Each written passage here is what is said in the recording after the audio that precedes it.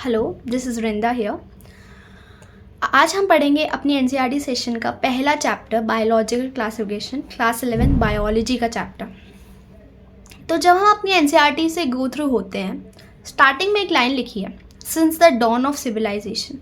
जब हम आगे पढ़ते हैं तो हमें पता चलता है, वहाँ लिखा है कि जो अर्लीस्ट क्लासिफिकेशन का अटेम्प्ट किया गया था वो लोगों ने किस बेसिस पे किया था? On the basis of needs जैसे फूड, शेल्टर, क्लोथिंग।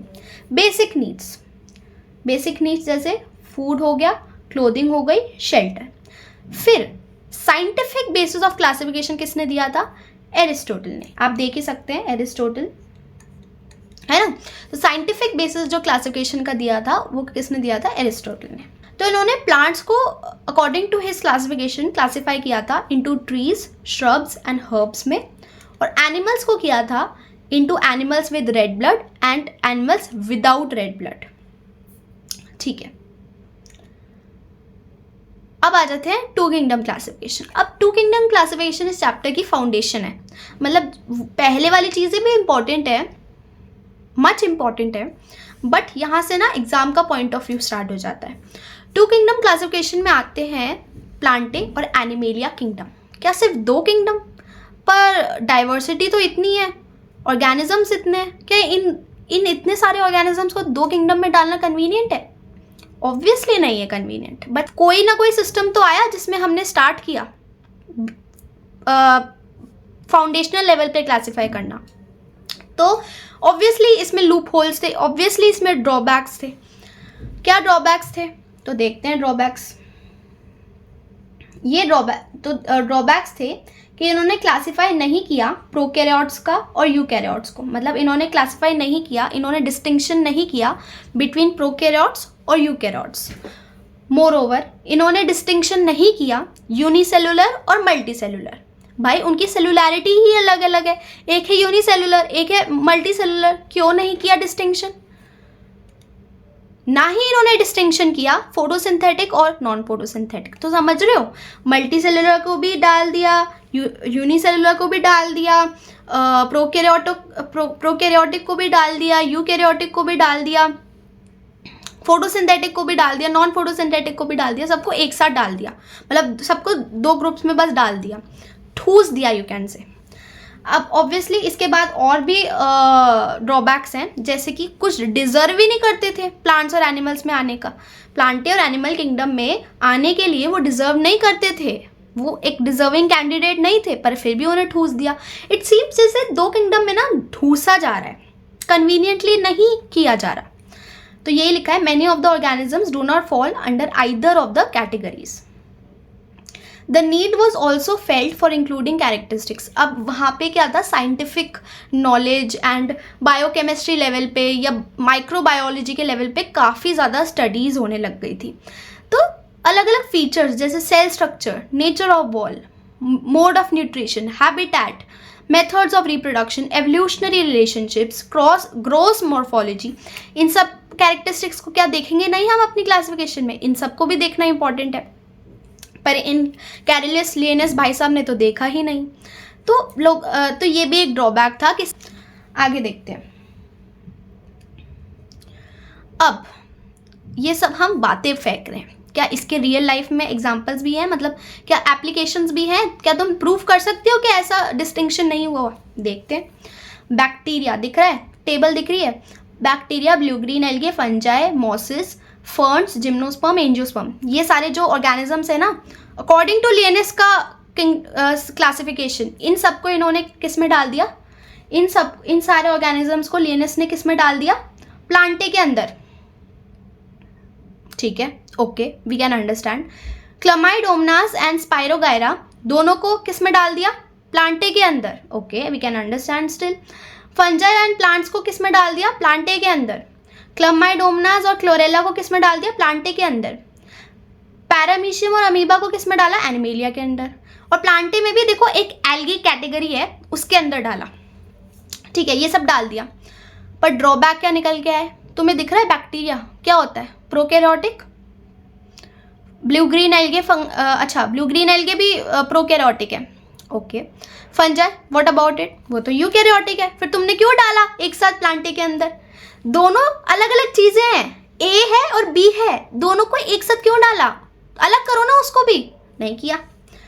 क्लमाइडोमोनास और स्पाइरोगायरम दोनों को डाल दिया इन्होंने प्लांटे के अंदर अकॉर्डिंग टू ओल्डर क्लासिफिकेशन, या फिर कह लो लिनेज की classification. But what about multicellularity, what about cellularity का लेवल? दोनों की क्या सेलुलैरिटी सेम है? नहीं, एक मल्टी सेलुलर है, एक यूनिसेलुलर है, कैसे डाल दिया एक साथ? फंजाई एंड प्लांट्स तुमने डाल दिया प्लांटे के अंदर, पर एक ऑटोट्रॉफ है, एक हेटेरोट्रॉफ है, कैसे डाल सकते हो तुम एक साथ? क्लमाइडोमोनास और क्लोरेला दोनों को डाल दिया प्लांट्स के अंदर, वाओ, कैसे डाला? अगेन दोनों यूनिसेलुलर है, मल्टी सेलुलर के अंदर कैसे डाला? ये दोनों ही यूनिसेलुलर है, तुम प्लांट्स के अंदर डालो, प्लांट्स में तो और भी मल्टी सेलुलर है, क्यों डाल रहे हो? पैरामीशियम अमीबा, एनिमिलिया के अंदर डाला तुमने, पैरामीशियम और अमीबा भाई साहब यूनिसेलुलर है, यूनिसेलुलर है। फिर ये दोनों यूनिसेलुलर ऑर्गेनिजम्स को तुमने मल्टी सेलुलर के अंदर डाला कैसे? एनिमिलिया के अंदर तो और भी ऑर्गेनिजम्स है, पर और वो मल्टी सेलुलर है, तुमने इन दोनों यूनिसेलुलर ऑर्गेनिज्म को कैसे पटक दिया मल्टी सेलुलर के अंदर? ये सारी बातें ना बोलने में समझ आ रही हैं, बट ये सब याद करना पड़ेगा। Blue green algae, fungi, mosses, fern, gymnosperm, angiosperm, इन सबको प्लांटे के अंदर डाला, ओके, पर इसमें क्या डिफरेंस नहीं किया प्रोकैरियोटिक और यूकैरियोटिक के बीच में? क्लमाइडोमोनास, स्पाइरोगायरम दोनों ही प्लांटे के अंदर डाला, पर इसमें किसमें डिफरेंस नहीं किया? इसमें डिफरेंस नहीं किया मल्टी सेलुलर यूनिसेलुलर के बीच में। फंजाई, प्लांट्स दोनों ही किस में डाला? प्लांटे के अंदर डाला, बट इसमें क्यों नहीं डिफरेंस, क्या डिफरेंस नहीं किया इसमें? इसमें डिफरेंस नहीं किया तुमने ऑटोट्रॉफिक और हेटेरोट्रॉफिक मोड ऑफ न्यूट्रिशन के बीच में। ऐसे सारा कुछ याद करना पड़ेगा, ठीक है। चलो आगे देखते हैं।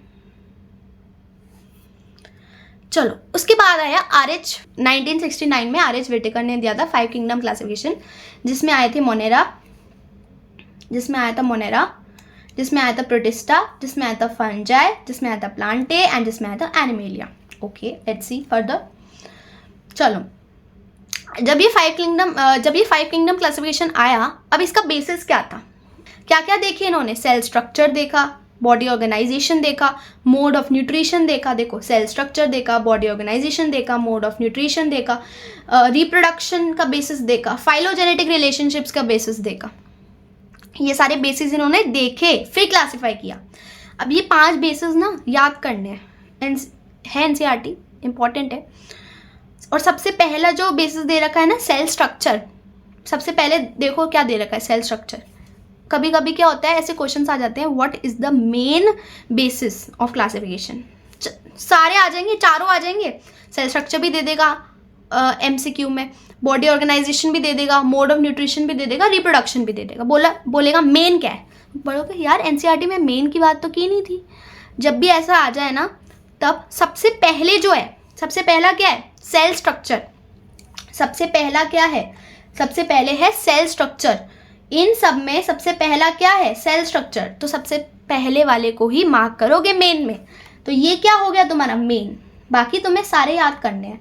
सेल स्ट्रक्चर देखो ऐसे याद कर लो, सेल होता है छोटू सा, हम सेल के लेवल से स्टार्ट करते हैं, सेल का स्ट्रक्चर। फिर सेल से बनती है एक बॉडी, बॉडी ऑर्गेनाइजेशन। अब वो बॉडी बन गई, उसे खाना चाहिए, मोड ऑफ न्यूट्रिशन। खाना खा लिया, अब वो करेगा रिप्रोडक्शन। रिप्रोडक्शन हो गया, जनरेशन स्टार्ट हो गई, जनरेशन बनने लग गई, फाइलोजेनेटिक रिलेशनशिप्स। 5 हैं हमारे बेसिस। अब 5 किंगडम क्लासिफिकेशन के बेसिस हमने क्योंकि डिस्कस कर लिए, उसके अलावा एक 3 डोमेन सिस्टम भी होता है। 3 डोमेन सिस्टम क्या होता है? क्या क्या पढ़ा हमने? Monera, protista, fungi, Plantae, animalia. 3 domain system में मोनेरा जो है वो फर्दर 2 डोमेन्स में डिवाइडेड है। क्या क्या? जो हमारा मोनेरा है वो फर्दर किस में डिवाइडेड है? 2 डोमेन्स में डिवाइडेड है। कौन कौन सा 2 डोमेन? ये दो जो हैं ये NCERT में नहीं है, पर फिर भी to understand it we can right. Monera जो है वो बैक्टीरिया में और आर्किया में डिवाइडेड है। ये क्या है? डोमेन, पहला डोमेन, दूसरा डोमेन, ठीक है। और प्रोटिस्टा, फंजाई, प्लांटे, एनिमेलिया ये सब क्या है? ये सब है यूकैरिया। तो कितने डोमेन हो गए? एक डोमेन, दो डोमेन, तीसरा डोमेन, तो 3 डोमेन सिस्टम.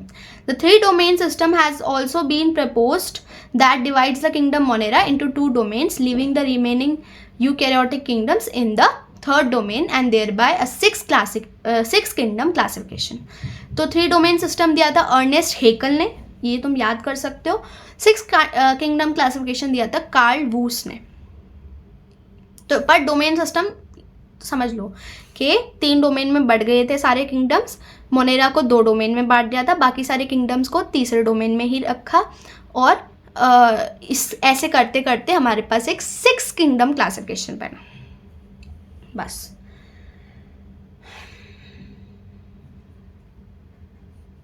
आगे बढ़ते हैं. मोनेरा को हम देख सकते हैं on the basis of the shape, क्योंकि मोनेरा है जो है ना अलग अलग शेप्स में पाया जाता है. बैक्टीरिया जो है बेसिकली हमारा अलग अलग शेप्स में देखा जाता है. कुछ होते हैं कोकस, देखो कोकाई बैक्टीरियम दिख रहे हैं, गोल गोल गोल घूमते घूमते, कोकस बैक्टीरियम, कोकाई बैक्टीरियम. कुछ होता है स्पाइरल शेप बैक्टीरियम, स्पाइरिलियम. कुछ होता है कॉमा शेप बैक्टीरियम, उसे क्या कहते हैं, विब्रियो. और एक होता है जो कि यहाँ पे मेंशन नहीं किया गया, एक होता है रॉड शेप. ऐसे ये है रॉड शेप, इसे हम कहते हैं बैसिलस या बैसिली. देखो क्या लिखा है, bacteria grouped under 4 categories based on their shape, the spherical coccus, the rod shape bacillus, the comma shape vibrium, the spiral shaped spirillum. ये याद रखना है, कोकस स्फेरिकल होता है, कॉमा शेप विब्रियो होता है, स्पाइरल शेप्ड स्पाइरिलियम होता है और रॉड शेप बैसिलस होता है.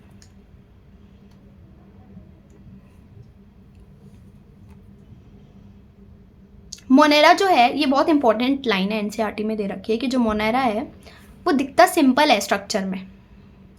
एनसीईआरटी की लाइन है ये, ध्यान से, सिंपल है स्ट्रक्चर में बट एक्सटेंसिव मेटाबॉलिक डाइवर्सिटी है. सिंपल है स्ट्रक्चर में but it is very complex in behaviour. Complex in behaviour का मतलब क्या है, लाइन दे रखी है simple in structure and complex in behaviour, अगली ही लाइन में लिखा है एक्सटेंसिव मेटाबॉलिक डाइवर्सिटी. तो कॉम्प्लेक्स इन बिहेवियर क्यों है, क्योंकि एक्सटेंसिव मेटाबॉलिक डाइवर्सिटी है. क्यों एक्सटेंसिव मेटाबॉलिक डाइवर्सिटी है, मतलब बहुत चीज़ें खाते हैं. ऑटोट्रॉफिक भी है, हेटरोट्रॉफिक भी है. ऑटोट्रॉफिक में फोटोसिंथेटिक ऑटोट्रॉफिक भी है और कीमोसिंथेटिक ऑटोट्रॉफिक भी है. Some of the bacteria are autotrophic. They synthesize their own food from inorganic substrates. They may be photosynthetic autotrophic or chemosynthetic autotrophic. जो vast majority में है वो है heterotrophs. They depend on other organisms or on dead organic matter for food. Exact NCERT की line. अब ये अलग अलग हैबिटेट्स में पाए जाते हैं. अलग अलग छोड़ो, बहुत ही हार्श हैबिटेट्स में पाए जाते हैं. कौन, मोनेरा के अंदर आता है आर्की बैक्टीरिया. मोनेरा के अंदर 2 आते हैं, आर्की बैक्टीरिया, यू बैक्टीरिया. जो आर्की बैक्टीरिया है वो बहुत ही हार्श कंडीशंस में पाए जाते हैं. Most harsh habitat such as extremely salty areas. जो एक्सट्रीमली सॉल्टी एरियाज में रहते हैं उन्हें हम कहते हैं हैलोफाइल्स. जो कि हॉट स्प्रिंग्स में रहते हैं उसे हम कहते हैं थर्मो एसिडोफाइल्स. और जो मार्शी एरियाज में रहते हैं हम उन्हें कहते हैं methanogens. Archaebacteria differ from other bacteria in having a different cell wall structure. Archaebacteria है और हमारे पास यू बैक्टीरिया है. आर्की बैक्टीरिया बाकी बैक्टीरिया से अलग कैसे है, अलग इस वजह से है क्योंकि उसके पास एक डिफरेंट सेल वॉल स्ट्रक्चर है. बेसिकली बाहर है एनसीईआरटी से, पर उनके अंदर उनके सेल वॉल में होता है पेप्टिडोग्लाइकन जो कि उन्हें अलग बनाता है फ्रॉम यू बैक्टीरिया. ठीक है, ये इंपॉर्टेंट भी लाइन है कि डिफरेंट सेल वॉल स्ट्रक्चर होता है इनका. एंड ये जो डिफरेंट सेल वॉल स्ट्रक्चर है वो किसके लिए रिस्पॉन्सिबल है, असर्शन रीजन अगेन, किसके लिए रिस्पॉन्सिबल है, एक्सट्रीम कंडीशंस में सर्वाइव करने के लिए. अभी तो बोला कहाँ कहाँ रहते हैं ये, मार्शी एरियाज में भी रहते हैं, हैलोफाइल्स भी हैं ये, और थर्मो एसिडोफाइल्स भी हैं ये. तो ये सब कैसे पॉसिबल है, क्योंकि इनके पास जो डिफरेंट सेल वॉल स्ट्रक्चर है वो है इनके पास. जो कि मिथेन गैस निकलती है ना डंग से, इन बफेलोज, इन काउज के, इन कैटल्स के डंग में जो मिथेन गैस निकलती है जिसे हम गोबर गैस भी कहते हैं, ये कौन प्रोड्यूस करता है, ये मिथेनोजेंस जो कि इनके गट में रहते हैं. ठीक है, आगे बढ़ते हैं. मोनेरा में जो यू बैक्टीरिया है उसे हम ट्रू बैक्टीरिया भी कहते हैं. इसकी एक तो ट्रू रिजिड सेल वॉल होती है, और अगर ये चल सकते हैं, if they are motile then they have a flagellum. अगर वो मोटाइल है तो उनके पास फ्लैजिला होगा, उनकी ट्रू रिजिड सेल वॉल होती है। इनमें अलग अलग ग्रुप्स देखने को मिलते हैं, किसमें? यूबैक्टीरिया में। Photosynthetic autotrophic bacteria, chemosynthetic autotrophic bacteria, heterotrophic bacteria, mycoplasma. आगे बढ़ते हैं। फोटोसिंथेटिक ऑटोट्रॉफिक बैक्टीरिया जो है उसमें हमें देखने को मिलता है साइनोबैक्टीरिया। साइनोबैक्टीरिया क्या होता है? साइनोबैक्टीरिया जो होता है उसमें आते हैं एग्जाम्पल्स, बहुत इंपॉर्टेंट है इस चैप्टर के। साइनोबैक्टीरिया के अंदर आता है Nostoc anabaena. Nostoc anabaena. Cyanobacteria के अंदर क्या आता है? Nostoc anabaena. साइनोबैक्टीरिया कैसे होते हैं? फोटोसिंथेटिक होते हैं। ऑब्वियसली फोटोसिंथेटिक चीज़ें क्या करती हैं? इनऑर्गेनिक, मतलब फोटोसिंथेटिक जो होते हैं वो क्या करते हैं? इनऑर्गेनिक सबस्ट्रेट्स का यूज़ करके फूड को सिंथेसाइज करते हैं। ये क्या होते हैं? ये यूनिसेलुलर होते हैं। कौन? साइनोबैक्टीरिया। क्या होते हैं? यूनिसेलुलर। यूनिसेलुलर होते हैं, और क्या होते हैं? कॉलोनियल होते हैं। कॉलोनियल होते हैं, और क्या होते हैं? फिलामेंटस होते हैं। ये याद रखने वाली, unicellular, colonial, filamentous. Fresh water में पाए जाते हैं, मरीन वाटर में भी पाए जाते हैं, और टेरेस्ट्रियल कंडीशंस में भी पाए जाते हैं। मतलब इन्हें पानी में फेंकना है तो तुम मरीन में फेंक दो, इन्हें फ्रेश वाटर में फेंक दो, इनको टेरेस्ट्रियल में फेंक दो, बना के कॉलोनीज ही रहेंगे हर जगह, मस्त अपना कॉलोनी बना के रहेंगे।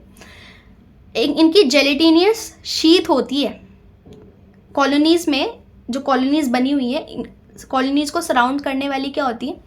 Gelatinous sheath. ठीक है, याद, ये स्पेसिफिक फीचर है, ये कुछ स्पेसिफिक फीचर्स होते हैं ना, बहुत इंपॉर्टेंट होते हैं। फॉर्म एल्गल ब्लूम्स, ये एल्गल ब्लूम्स बनाते हैं। And they also fix atmospheric nitrogen. कुछ जो होते हैं वो एटमॉस्फेरिक नाइट्रोजन को फिक्स करते हैं। भाई ये भी इंपॉर्टेंट रोल है, मतलब ये एटमॉस्फेरिक नाइट्रोजन को फिक्स करते हैं। जो एटमॉस्फेयर की नाइट्रोजन होती है उससे वो जो इनऑर्गेनिक नाइट्रोजन होती है उससे फिक्स करते हैं। ठीक है, कैसे फिक्स करते हैं? ये देखो, ये नोस्टॉक दिख रहा है, इनमें ना एक स्पेशलाइज सेल्स होते हैं। स्पेशलाइज सेल्स होते हैं हेट्रोसिस्ट नाम के, दिख रहा है हेट्रोसिस्ट। स्पेशलाइज सेल्स होते हैं हेट्रोसिस्ट नाम के, जो कि इनको एटमॉस्फेरिक नाइट्रोजन फिक्स करने में हेल्प करते हैं। ये हेट्रोसिस्ट दिख रहा है, यही स्पेशलाइज सेल्स हैं जो इनको एटमॉस्फेरिक नाइट्रोजन फिक्स करने में हेल्प करते हैं। और तुम्हें म्यूसिलेजिनियस शीट तो दिख ही रही होगी। चलो आगे देखते हैं।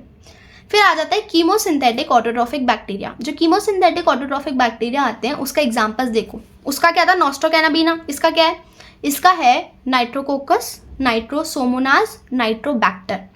नाइट्रोकोकस, नाइट्रोसोमोनास, नाइट्रोबैक्टर, तीनों ही नाइट्रो है। ठीक है, तो ऑब्वियसली कुछ ऐसा ही रोल होगा इनका। Oxidise inorganic substance and use the release energy for ATP production, है ना। ये किससे फूड बनाते हैं? ये अपना फूड किससे डिराइव करते हैं? इनऑर्गेनिक सब्सटेंस को ऑक्सीडाइज करके ये अपना फूड बनाते हैं। वो जो इनऑर्गेनिक सब्सटेंस है उसको ऑक्सीडाइज करते हैं, उससे केमिकल एनर्जी बनती है। केमिकल एनर्जी से वो अपनी केमिकल एनर्जी को रिलीज करके वो फूड बनाते हैं। और ये किस में हेल्पफुल होते हैं? ये रिसाइकलिंग ऑफ न्यूट्रिएंट्स में भी हेल्प करते हैं। ये रिसाइकलिंग ऑफ न्यूट्रिएंट्स में भी हेल्प करते हैं। ये ऑक्सीडाइज करते हैं इनऑर्गेनिक मटेरियल को to release energy for ATP production, जिससे खाना बनता है। एंड इसके एग्जाम्पल्स है नाइट्रोकोकस, नाइट्रोसोमनास, नाइट्रोबैक्टर। मोनेरा के अंदर, अच्छा, फिर हेटरोट्रॉफिक बैक्टीरिया होता है। ठीक है, तो हमने फोटोसिंथेटिक ऑटोट्रॉफिक पढ़ लिया, कीमोसिंथेटिक ऑटोट्रॉफिक पढ़ लिया, हेटरोट्रॉफिक अभी हम पढ़ेंगे। हेटरोट्रॉफिक बैक्टीरिया के अंदर आ जाते हैं जैसे कि लैक्टोबैसिलस हो गया, राइजोबियम हो गया, विब्रियो कोलेरा हो गया, टाइफी हो गया, क्लोस्ट्रीडियम टेटिनी हो गया, जैंथोमोनाज हो गया। तो बेसिकली इन सब के नाम याद नहीं करने, बट ये आपको आइडिया लग रहा है कि ये सारे कैसे हैं? डिसीज कॉजिंग बैक्टीरिया हो गए, पैथोजेंस हो गए, है ना। ये सब वैसे लग रहे हैं। Tetani, clostridium tetani, salmonella typhi, vibrio cholerae, lactobacillus. ये हेटरोट्रॉफिक बैक्टीरिया बहुत ही अबंडेंट होते हैं, मोस्ट अबंडेंट। ह्यूमन को इम्पैक्ट करते हैं। ये कैसे ह्यूमन को इम्पैक्ट करते हैं? डीकॉम्पोजिशन करवाते हैं ये। ठीक है, डीकॉम्पोजिशन करवाते हैं, कमर्शियल प्रोडक्ट्स बनवाते हैं जैसे कर्ड, लैक्टोबैसिलस। ठीक है, एंटीबायोटिक, नाइट्रोजन फिक्सेशन भी करते हैं ये लेग्यूम्स के अंदर। ये क्या करते हैं? नाइट्रोजन फिक्सेशन भी करवाते हैं हमारे दालों के अंदर, तो एज अ बायो फर्टिलाइजर भी काम करते हैं। फिर ये कुछ डिसीज कॉज करते हैं जैसे कि cholera, typhoid, tetanus, citrus canker, मैंने बताया ना मेन जो है ये पैथोजेंस है। बाकी भी रोल है जैसे कि डीकॉम्पोजिशन और कमर्शियल प्रोडक्ट्स बनाते हैं जैसे कि कर्ड हो गया, एंटीबायोटिक हो गया, नाइट्रोजन फिक्सेशन करते हैं, ये एज अ बायो फर्टिलाइजर काम करते हैं, ठीक है। फिर हमें देखने को मिलता है last but not obviously last, you bacteria के अंदर माइकोप्लाज्मा। तो माइकोप्लाज्मा जो होता है उसका एग्जाम्पल है पीपीएलओ। माइकोप्लाज्मा जो है इसका एग्जाम्पल है पीपीएलओ। जो पीपीएलओ होता है वो 0.1 माइक्रोमीटर इन डायमीटर। डायमीटर पता है ना, देखो अगर मैं हिसाब से बताऊं, ये समझ लो पीपीएलओ है, तो इसका जो डायमीटर है ना वो है 0.1 micrometer, which is very small. So इसे स्मॉलेस्ट सेल कहते हैं, स्मॉलेस्ट सिंगल सेल अगर बोले ना तो इट इज़ पीपीएलओ बेसिकली। पर ये सब याद नहीं करना, माइकोप्लाज्मा के अंदर पीपीएलओ होता है, उसका 0.1 माइक्रोमीटर डायमीटर होता है, ठीक है। ये सेल, इनके पास सेल वॉल नहीं होती, इनके पास सेल वॉल नहीं होती। ये रेसिस्ट करते हैं पेनिसिलिन। पेनिसिलिन हमारी एंटी माइक्रोबियल ड्रग है, तो पेनिसिलिन को रेसिस्ट करते हैं ये।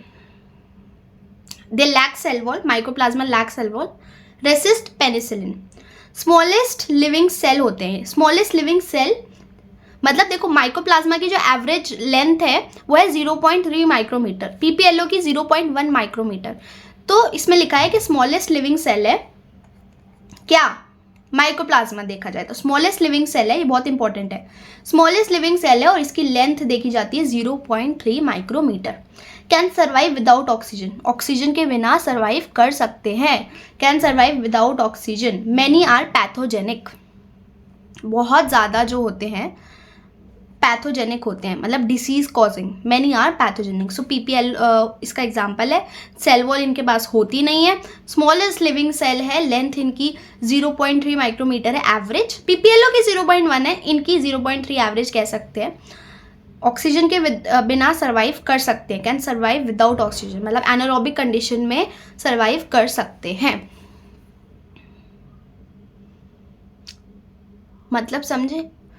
तो ये बेसिकली क्या होते हैं, ये because they can survive without oxygen they are known as facultative, they are known as facultative aerobe, they are known as facultative aerobe, ठीक है। And many are pathogenic, many are pathogenic, तो ये याद रखने वाली चीज़ है। So let us revise. Photosynthetic autotrophic में हमने पढ़ा साइनोबैक्टीरिया, उसका एग्जाम्पल था Nostoc Anabaena. Chemosynthetic autotrophic bacteria जो है उसका एग्जाम्पल है नाइट्रोबैक्टर, नाइट्रोसोमोनास, नाइट्रोकोकस। और फिर वैसे हेटरोट्रॉफिक बैक्टीरिया का एग्जाम्पल याद करने की जरूरत नहीं है। माइकोप्लाज्मा में आता है पीपीएलओ जो कि 0.1 माइक्रोमीटर इन डायमीटर होता है। नेक्स्ट हम आ जाते हैं प्रोटिस्टा पे। अब प्रोटिस्टा कैसे होते हैं? प्रोटिस्टा होते हैं unicellular, eukaryotic, primarily aquatic, well defined nucleus, membrane bound organelles, flagella और सीलिया इनके मूवमेंट के लिए अवेलेबल होता है। रिप्रोड्यूस सेक्सुअली और एसेक्सुअली कैसे करते हैं? ये सेल फ्यूजन की मदद से और जाइगोट फॉर्मेशन की मदद से। मतलब देखो मोनेरा कैसा था? मोनेरा था प्रोकैरियोटिक और मोनेरा था प्रोकैरियोटिक और यूनिसेलुलर, ऑब्वियसली सिंगल सेल है। प्रोटिस्टा कैसा है? प्रोटिस्टा है यूनिसेलुलर पर यूकैरियोटिक। यहाँ पे प्रोकैरियोटिक हट गया, अब यूकैरियोटिक आ गया। तो बेसिकली ये यूनिसेलुलर होते हैं और ये यूकैरियोटिक होते हैं, पानी में ही रहते हैं, प्राइमरली एक्वाटिक, मरीन नहीं, मतलब प्राइमरली एक्वाटिक होते हैं क्योंकि ये यूकैरियोट है। यूकैरियोट्स कौन होते हैं? यूकैरियोट्स वो होते हैं जिनका न्यूक्लियस काफ़ी डिफाइंड होता है, जिनमें मेम्ब्रेन बाउंड ऑर्गेनेलीज होती है। ये कैरेक्टरिस्टिक्स है यूकैरियोट की। तो ऑब्वियसली इनके पास होगा ही, वेल डिफाइंड न्यूक्लियस होगा, मेम्ब्रेन बाउंड ऑर्गेनेली होगी, मूवमेंट के लिए फ्लैजिला, सीलिया भी दे दिया भगवान ने, ठीक है। चलो अब ये बहुत इंटरेस्टिंग लाइन है एनसीईआरटी की, the boundaries of this kingdom are not well defined. मतलब बाउंड्रीज ऑफ दिस किंगडम मतलब क्या, फोर्टिफिकेशन नहीं की हुई, फोर्ट्स नहीं बना रखे, या फिर हमला होने वाला है दुश्मन का, दीवारें नहीं बना रखी, I don't know. Okay, so boundaries of this kingdom are not well defined का मतलब है कि ये जो किंगडम है वो एनिमल के साथ भी लिंक बना रहा है, वो प्लांट्स के साथ भी लिंक बना रहा है, मतलब, और वो फंजाई के साथ भी लिंक बना रहा है। मतलब कुछ कुछ कैरेक्टर्स इसमें हैं जो कि एनिमल से मैच करते हैं, तो सोचा यार एनिमल में डाल दूँ।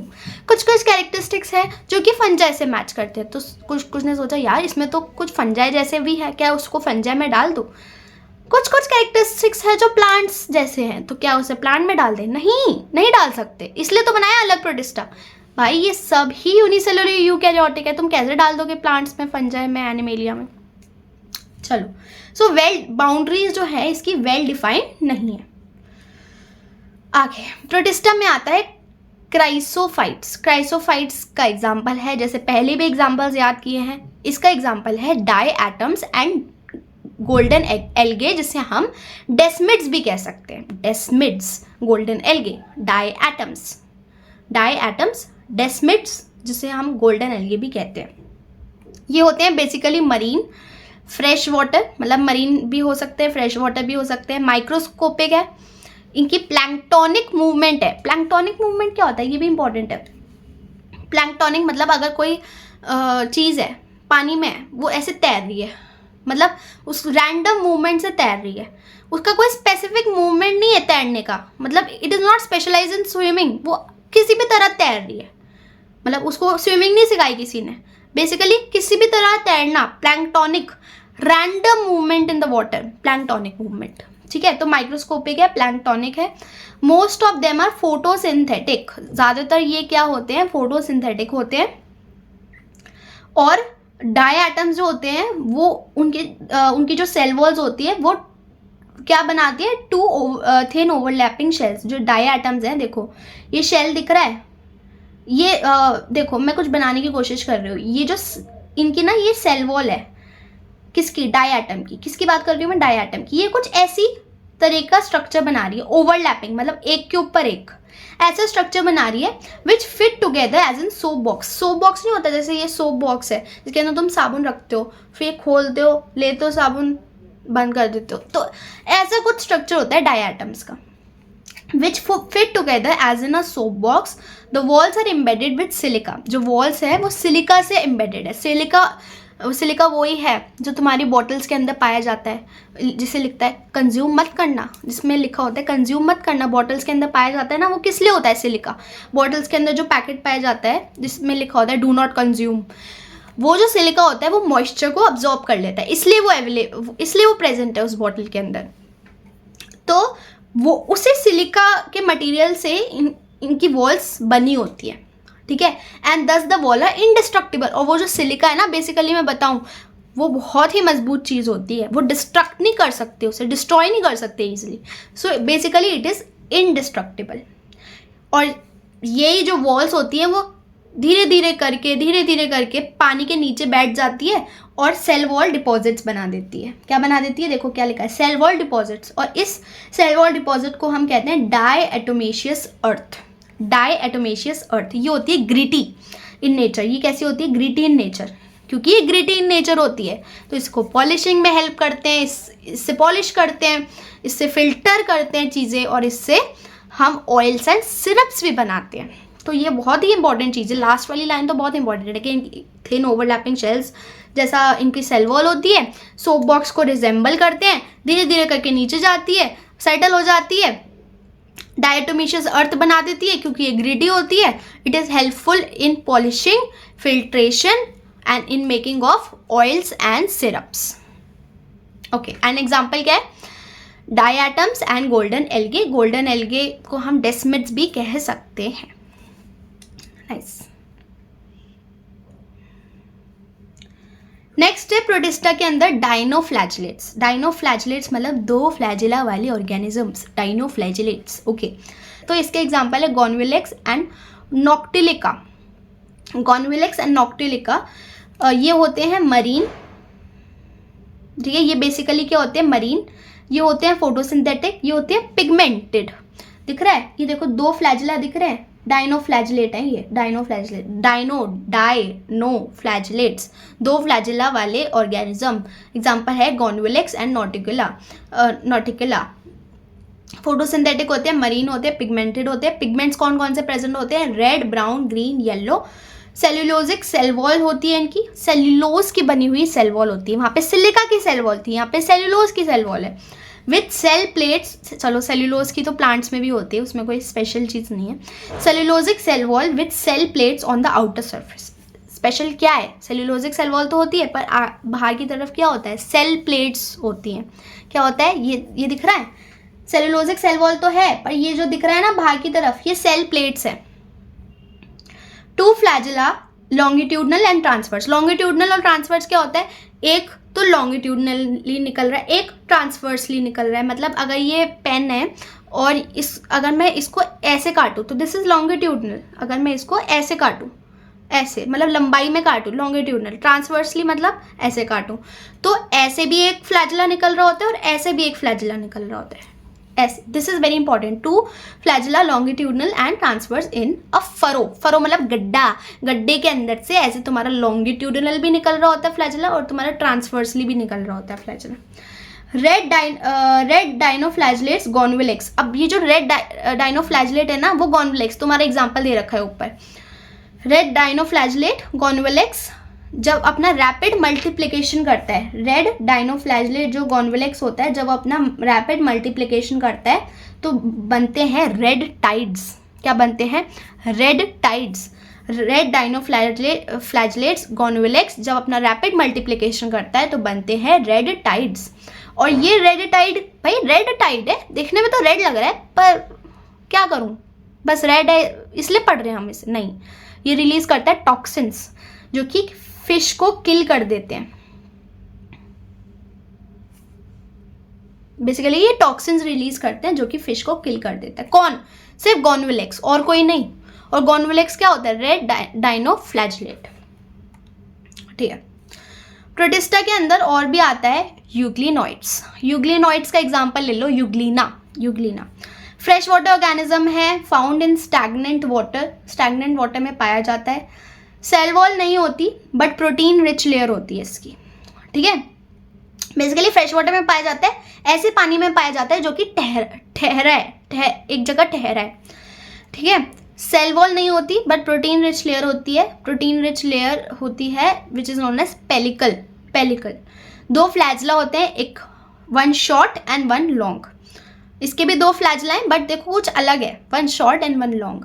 Photosynthetic in presence of light. अब देखो ये काफ़ी अच्छा फीचर है, फोटोसिंथेटिक। एक तो पेलिकल वाला अच्छा फीचर है ना, एक फोटोसिंथेटिक वाला अच्छा फीचर है कि फोटोसिंथेटिक होते हैं, अगर लाइट दे दो तो फोटोसिंथेटिक बन जाएंगे, अगर लाइट नहीं दोगे तो हम प्रीडेटर्स बन जाएंगे, हम हेटेरोट्रॉफिक बन जाएंगे, हम छोटे छोटे एनिमल्स पे प्रे करेंगे। तो इस वजह से इन्हें मिक्सोट्रॉफिक भी कहा जाता है। ना ये हेटेरोट्रॉफिक है पूरी तरह, ना ये फोटोसिंथेटिक है, सॉरी ना ये ऑटोट्रॉफिक है पूरी तरह, ये बीच में पड़ते हैं, मिक्सोट्रॉफिक। देखो यही बोला मैंने, act as predators feeding on small organism. Pigment जो होते हैं इनके आइडेंटिकल होते हैं to higher plants. Higher plants में जो पिगमेंट्स होते हैं, chlorophyll A, chlorophyll B, xanthophylls, carotenoids, उनसे इनके पिगमेंट्स रिजेंबल करते हैं। तभी तो बोला protista is the linking chain to plants, animals, fungi, इन सब के। ठीक है, चलो आगे बढ़ते हैं। स्लाइम मोल्ड आ जाते हैं हमारे थोड़े सैप्रोफिटिक। अभी तक हम फोटोसिंथेटिक या मिक्सोट्रॉफिक की बात कर रहे थे, अब आ गए हमारे saprophytic, basically a category of heterotrophic. तो सैप्रोफिटिक प्रोटिस्ट होते हैं जो कि डिकेइंग ट्विग्स या लीव्स पर क्या करते हैं? चलते रहते हैं। ये लीफ है ऐसे पड़ी हुई है, इस पर चल रहे हैं। ठीक है। सो सैप्रोफिटिक प्रोटिस्ट है, moving on decaying twigs and leaves. Favourable condition में क्या बनाते हैं? ये प्लाज्मोडियम फॉर्म करते हैं। फेवरेबल कंडीशन पता है? देखो हमें लग रहा है यार ये तो सैप्रोफिटिक है, इनके लिए क्या फेवरेबल अनफेवरेबल? इनके लिए होता है, एक कंडीशन होती है जब फेवरेबल कंडीशन होती है, जब इन्हें न्यूट्रिशन मिल रहा होता है, जब इन्हें प्रॉपर मॉइस्चर मिल रहा होता है ग्रो करने के लिए। एक होती है अनफेवरेबल कंडीशन जहाँ पे इनको कुछ नहीं मिल रहा होता। तो जब फेवरेबल कंडीशन होती है तब ये खुद ही अडेप्टेड होते हैं टू फॉर्म प्लाज्मोडियम। प्लाज्मोडियम की कोई सेल वॉल नहीं होती और वो सेवरल फीट तक ग्रो कर सकता है। और अनफेवरेबल कंडीशन में क्या करते हैं, ये अनफेवरेबल कंडीशन में फ्रूटिंग बॉडीज बनाते हैं। फ्रूटिंग बॉडीज बनाते हैं जो कि स्पोर्स बियर करती है, ठीक है। फ्रूटिंग बॉडी बनाते हैं जो कि स्पोर्स बियर करती है। और वो जो स्पोर्स है ना, जो स्पोर्स बियर करती है, और वो जो स्पोर्स है उनकी सेल वॉल है प्रॉपर, कि अगर वो स्पोर हवा में जाए और कहीं लैंड करे और नई फ्रूटिंग बॉडी बनाए सर्वाइवल के लिए, अनफेवरेबल कंडीशन भाई, पहले सर्वाइवल लिमिटेड है तुम्हारा, तो भाई थोड़ी वॉल तो दो, ट्रू सेल वॉल तो दो। तो इस वजह से अनफेवरेबल कंडीशन में बेसिकली फ्रूटिंग बॉडीज बनाते हैं। फ्रूटिंग बॉडीज में स्पोर्स बनते हैं। स्पोर्स जो होते हैं उनकी ट्रू सेल वॉल होती है, और ट्रू सेल वॉल जो होती है वो उनकी एक्सट्रीमली रेजिस्टेंट होती है, एक्सट्रीमली रेजिस्टेंट होती है।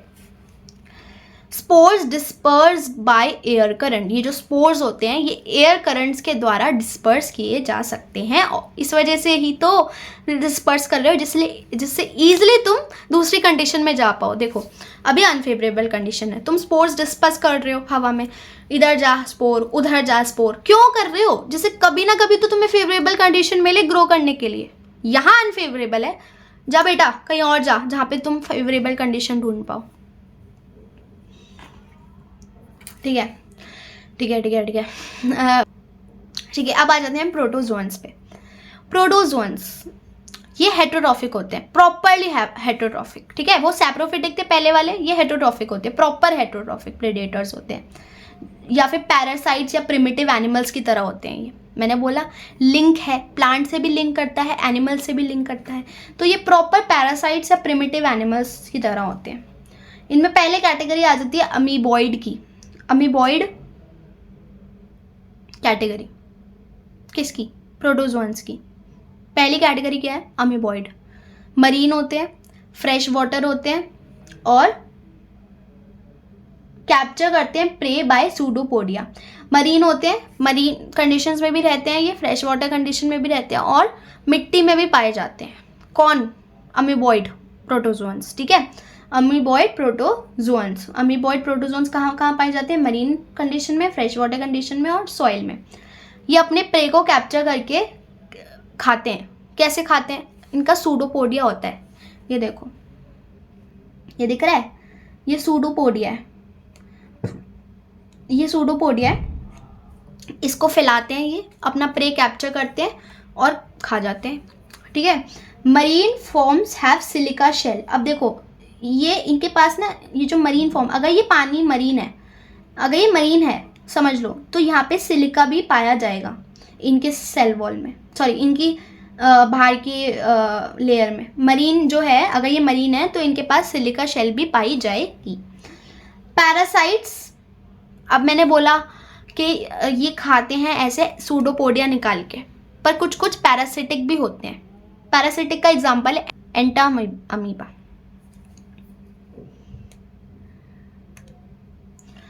प्रोटोजोन्स में पहले हमने पढ़ा एमोबॉइड, अब हम पढ़ेंगे सिलिएटेड। सिलिएटेड मतलब जिनके पास सीलिया है। सिलिएटेड का मतलब क्या है? जिनके पास सीलिया है। तो ये एक्वाटिक होते हैं, ये एक्टिवली मूविंग होते हैं। सीलिया होता है, एक्टिवली मूविंग होते हैं। गलेट होता है इनके पास क्या होता है? गलेट। इनके पास गलेट होता है, opening outside to steer food. इनके पास होता है गलेट। गलेट से क्या करते हैं? ये मेरे पास मतलब क्या है, ये देखो, ये है, कैसे दिखाऊं, ये दिख रहा है, ये गलेट है। गलेट से ये सीलिया इनके पास बाहर होता है, तो सीलिया से ये गलेट के अंदर खाना स्टीयर करते हैं। स्टीयरिंग नहीं होती कार में, तो कार की स्टीयरिंग किस लिए हेल्पफुल होती है? डायरेक्शंस में जाने के लिए, डायरेक्शंस थोड़ी एडजस्ट करने के लिए स्टीयरिंग होती है कार में। तो वैसे ही ये जो पैरामीशियम है ना, पैरामीशियम में सीलिया जो है वो गलेट के अंदर खाना स्टीयर करते हैं। Gullet opening outside to steer food, opening है बेसिकली गलेट। एग्जाम्पल क्या है? पैरामीशियम। और पैरामीशियम कैसा होता है? बाइन्यूक्लिएटेड। पैरामीशियम कैसा होता है? बाइन्यूक्लिएटेड। ये जो छोटी छोटी बातें हैं ना, यही पकड़ी जाती हैं बाद में। अभी मैंने बोला पैरासिटिक अमीबा होता है एक, उस पैरासिटिक अमीबा का एग्जाम्पल दिया था एंट अमीबा। अब ये जो सिलिएटेड है इसके अंदर तुम्हारा है पैरामीशियम। पैरामीशियम कैसा होता है? बाइन्यूक्लिएटेड। ठीक है, तो छोटी छोटी बातें ही बाद में याद रहनी चाहिए। तो एक्वाटिक एक्टिवली मूविंग होता है, गलेट के अंदर खाना स्टीयर करता है यूजिंग सीलिया। एग्जाम्पल क्या है? पैरामीशियम, जो कि बाइन्यूक्लिएटेड होता है। तो हमें अमीबॉइड पढ़ा, अब सीलिएटेड पढ़ा।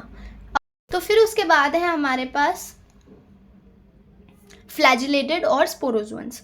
फ्लैजिलेटेड जो होते हैं वो आइदर फ्री लिविंग होते हैं या फिर पैरासिटिक होते हैं। या तो ये फ्री लिविंग होंगे, या तो ये फ्री लिविंग है प्रॉपर तरीके से, या पैरासिटिक है। जो पैरासिटिक वाले होते हैं वो डिसीज कॉज करते हैं। एग्जाम्पल है ट्राइपैनोसोमा, जो कि कॉज का करता है स्लीपिंग सिकनेस। अब ये छोटा पॉइंट है, ये याद रहना चाहिए। जैसे एंटमीबा क्या होता है? पैरासिटिक होता है। उससे पहले उसके बाद हमने पढ़ा है ट्राइपैनोसोमा, जो कि कॉज करता है स्लीपिंग सिकनेस। ठीक है, स्पोरोजोन्स जो होते हैं उनमें एक स्पोर लाइक स्टेज होती है। देखो हर एक में कुछ ना कुछ फीचर है। अमीबॉइड जो है उसके अंदर सूडोपोडिया है, खाना खाने के लिए या फिर मूव करने के लिए सूडोपोडिया है। फिर उसके बाद हमने सिलिएटेड पढ़ा। सिलिएटेड में क्या है? सीलिया है, गलेट के अंदर फूड स्टीयर करने के लिए। फ्लैजिलेटेड में क्या है? फ्लैजिला है और या तो ये टोटल पूरी तरह फ्री होते हैं या फिर ये पैरासिटिक होते हैं। जो पैरासिटिक है वो डिसीज कॉज करते हैं। एग्जाम्पल क्या है? ट्राइपैनोसोमा क्या कॉज करता है? Sleeping sickness. एंटमीबा क्या है? पैरासिटिक है। ठीक है, पैरामीशियम क्या है? बाइन्यूक्लिएटेड है। ये छोटे छोटे पॉइंट्स याद करने वाले हैं। अब है स्पोरोजोन्स जो होते हैं दे have a spore like stage. मतलब इनकी लाइफ साइकिल में एक स्पोर वाली स्टेज होती है। जैसे हम अभी पढ़ा नहीं, वो क्या बोलते हैं, अभी पढ़ा है हमने अनफेवरेबल कंडीशन में और फेवरेबल कंडीशन में स्पोर्स बनाते हैं, अनफेवरेबल कंडीशन में क्रीपिंग स्टेज होती है। तो स्पोरोजोन्स की भी लाइफ साइकिल में एक स्पोर वाली स्टेज आती है। बहुत जो इसमें डिसीज कॉजिंग है, स्पोरोजोन्स में जो डिसीज कॉजिंग है वो है प्लाज्मोडियम, जो कि कॉज करता है malaria, which we will read again in another chapter. ठीक है, तो प्लाज्मोडियम जो है वो कॉज करता है malaria, which is the most notorious मतलब डिसीज कॉजिंग। बेसिकली ट्राइपैनोसोमा जैसे यहाँ पे स्लीपिंग सिकनेस कॉज कर रहा था, फ्लैजिलेटेड में, स्पोरोजोन में जो प्लाज्मोडियम इनकी एक स्टेज है, कोई ऑर्गेनिज्म नहीं है। प्लाज्मोडियम जो है स्टेज है जो कि कॉज करता है मलेरिया। आगे पढ़े। Okay, and hereby I take your leave. अब ये चैप्टर कंप्लीट तो नहीं हुआ है, इसके अलावा हमारे पास बचा है वायरस, वायरॉइड्स, प्रायॉन्स। ठीक है, प्लांटे एनिमेलिया, मतलब ऑलमोस्ट कह सकते हैं हाफ चैप्टर बचा है। और बाकी कुछ छोटी छोटी चीज़ें will revise that again in the next part of this chapter basically.